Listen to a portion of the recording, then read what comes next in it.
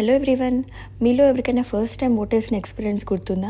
నాకైతే చాలా బాగా గుర్తుందండి. అప్పుడు నేను కరీంనగర్లో ఉండే అండ్ మనకు అప్పుడే 18 టర్న్ అయ్యి ఓటర్ ఐడి కార్డ్ వచ్చి ఫస్ట్ టైం ఓటేసి హక్కు వచ్చిందని ఎంత ఎక్సైట్మెంట్ ఉంటుంది కదా, అసలు అది వేరే లెవెల్.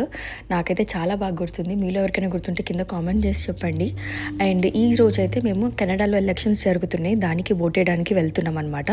అండ్ నేను ఎప్పుడు ఇలా సీరియల్లోనూ లేకపోతే సినిమాల్లో చూసాను తప్ప డైరెక్ట్గా ఎప్పుడు ఇలా చూడలేదు. ఇండియాలో ఓటేసినప్పుడు కూడా అప్పుడు ఒక ఐప్యాడ్ లాగా మెషిన్ ఉండి అందులో బటన్స్ ప్రెస్ చేయడం గుర్తుంది నాకు. కానీ ఇక్కడ మాత్రం కంప్లీట్లీ మాన్యువల్ అనమాట.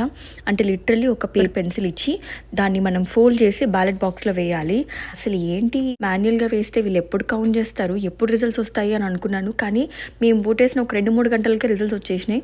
సో ఇక్కడైతే ఎలక్షన్స్కి పెద్ద హడావిడి అయితే ఉండదండి. కెనడాలో మేజర్గా ఆన్లైన్ క్యాంపెయినింగే జరుగుతూ ఉంటుంది. మనకి రోడ్లపైన అక్కడిక్కడ పెద్ద హడావిడి అయితే ఏం ఉండదు అసలు ఎలక్షన్స్ టైంలో.